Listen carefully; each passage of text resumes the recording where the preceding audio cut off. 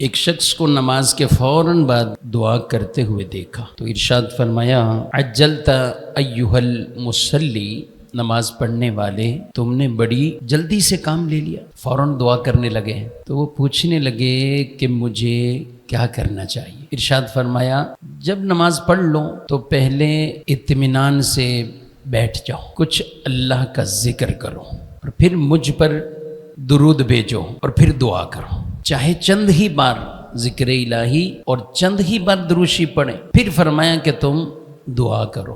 تو ایک اور صحابی تھے جنہوں نے یہ سنا اور وہ اٹھے، انہوں نے 2 رکعت نماز پڑھی اور ذکر کیا، دعا مانگی، ذکر کیا، درود پڑھا۔ رسول اللہ صلی اللہ علیہ وسلم نے فرمایا اب دعا مانگو، دعا قبول ہو جائے گی۔ تو یہ حدیث پاک اور کئی ایسی احادیث ہیں جن میں دعاؤں کی قبولیت، بعض ایسے کلمات ہیں کہ اللہ تعالیٰ ان کی وجہ سے ہی دعاؤں کو قبول فرما لیتا۔ اب وہ چاہے ذکر الہی سبب بن جائیں، قرآن پڑھنا سبب بن جائے، یا کوئی ایسی جگہ مقام وہ سبب بن جائے کہ وہاں دعا مانگنا ہی اللہ کو بڑا پسند ہے، محبوب ہے، اس وجہ سے اللہ تعالیٰ دعائیں قبول فرما لے۔